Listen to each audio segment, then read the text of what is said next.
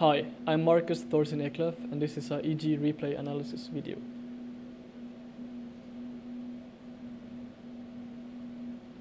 So in this game, we're gonna go over a TvT on the ladder map Korhal Compound. It's a relatively short map, and let's get it started. Because it's a very short map, it's not the best map for 1RX expansions. Even though it does work, they may be quite easy to punish if the opponent knows what he's doing.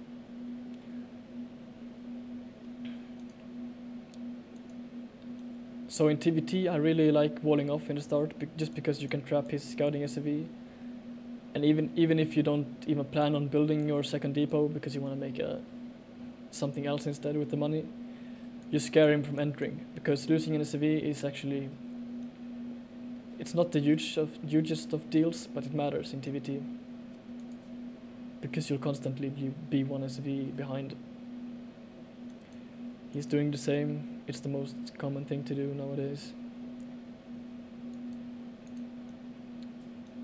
Just making some SCVs. So I get my barracks here as well, and then my second depot over here. This game I'm going to be going for a Banshee, only one Banshee of 1 gas, while I'm taking a relatively fast expansion and building a reactor on my barracks to be able to build a lot of marines early on. I like this build a lot because it's generally safe against most builds, while you get some good scouting off with your Banshee and even potential to do damage. And you get a relatively fast expansion. So I get my gas at 13, the normal timing, and he's doing the same. So far it's been a mirror game. Build my barracks. I will eventually cancel this AV for the orbital, and then pull a second depot over here.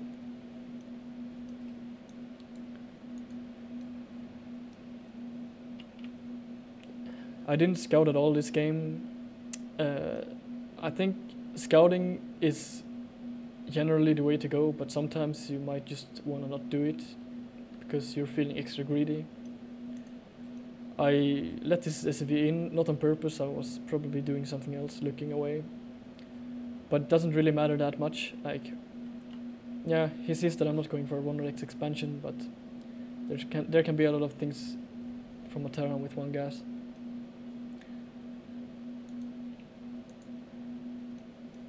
So I'll be getting 3 marines, and then I'll get my reactor. That's the soonest I can get a reactor after I build the factory. And when my factory is done, I'm going to be getting the starport as soon as possible. But before that,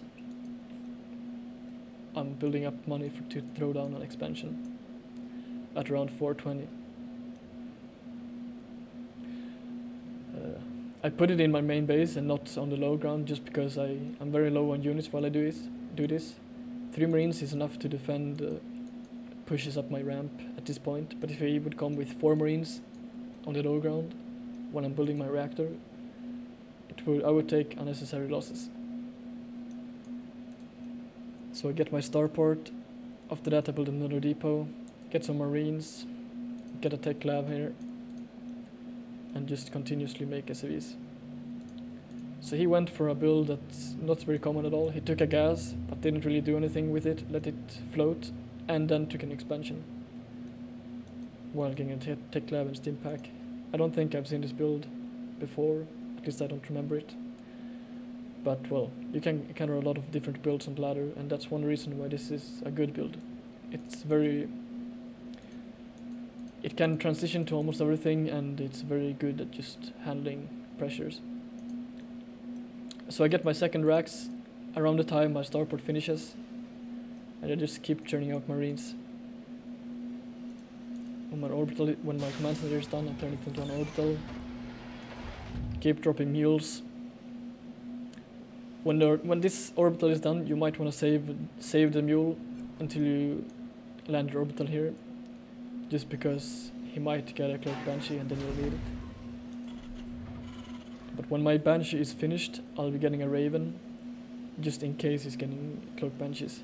The Raven will pop right about the time when he gets cloaked, but not entirely, so that's why it may be good to save this scan that I just dropped a mule with. I did that because he scanned, and that usually means no cloak banshees, because it doesn't really make much sense to scan when you're gonna scout them anyway. And this Banshee is mostly a scout. It's a scout with the potential to do damage. When I see that he only has, this is what his base looks like, I can cancel my Raven and get that gas back, and then start getting my upgrades. I did a little bit of a mistake here, well, a pretty big mistake, just not looking at my Banshee and it flew right into the turret. But I pretty much saw what I wanted to see. However, I didn't realize that this was a tech lab and not a reactor, which made me a little bit scared for a 1-1-1 kind of push, because I didn't even see the second base of his, which is pretty bad of me. But since I saw that, I immediately tried to get siege tanks out, just in case he's doing the 1-1-1 attack with Marines, tanks and Vikings, and start my own Vikings.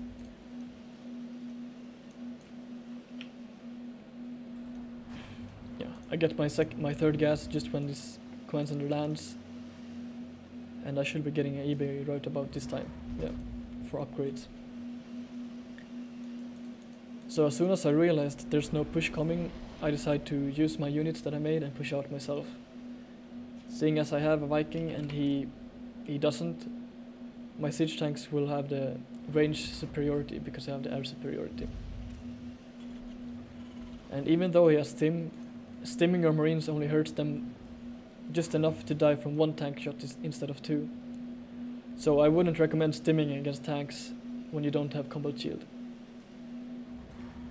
So you get your +1 relatively fast, well, not very fast, but it's important to get it, because if you don't get any upgrades you're gonna lose in the late game.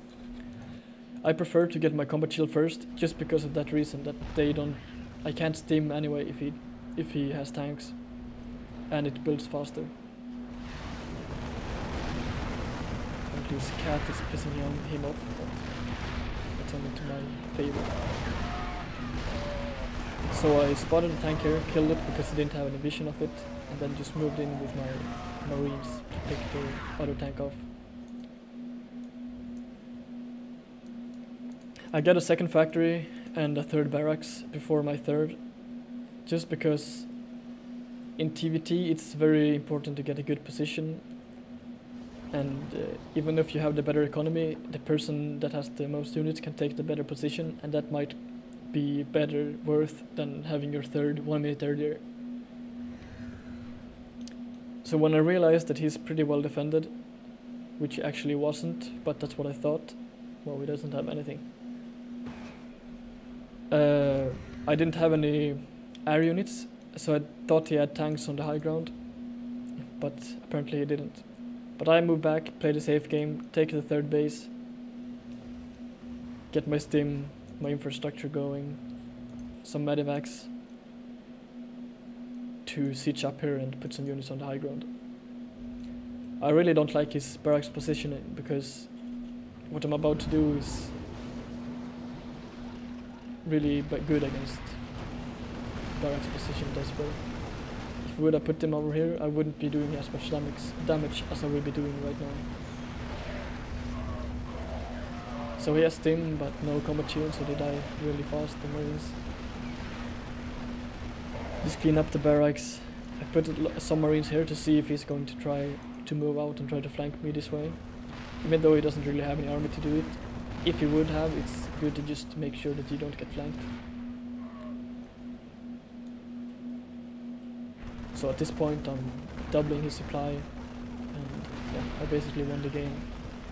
He's floating quite a lot of minerals, can't make use of his third base, and only have a handful of units. I sent those 4 Marines in when I realized that he had his tanks over here and not in range here, just to be a little bit extra obnoxious. So in TvT I really preferred getting an orbital on my third, even though this game was pretty much won and I could have done whatever I wanted. It's really good on maps like this where there's a high potential for base races, or just the other players sending some marines in. Because I like being really offensive in TvT.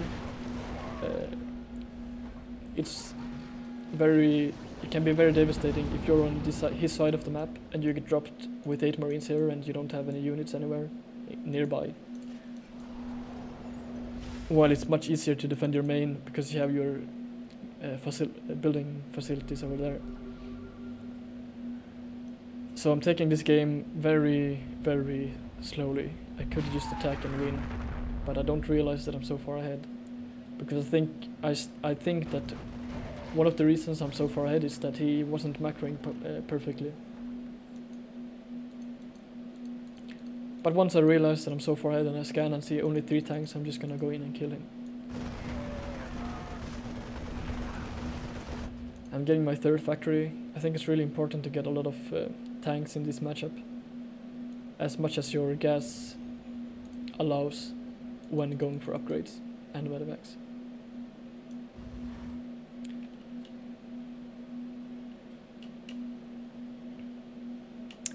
I think in TvT it's like the most important matchup to not forget making extra barracks, just because you tend to have a really good economy and you can lose your army really quickly, and having a ton of barracks is just great. So I saw that he only had 3 tanks, I scanned and just moved in to kill him, and that's this game. Wasn't the greatest of games. My opponent wasn't a top high-level Grandmaster player, but it just showed the idea of my build. Banshee to scout, get a second base, and just adapt what the Banshee sees. This has been an EG replay review. If you like the content, check out more on EG's webpage, and stay tuned for more videos like this.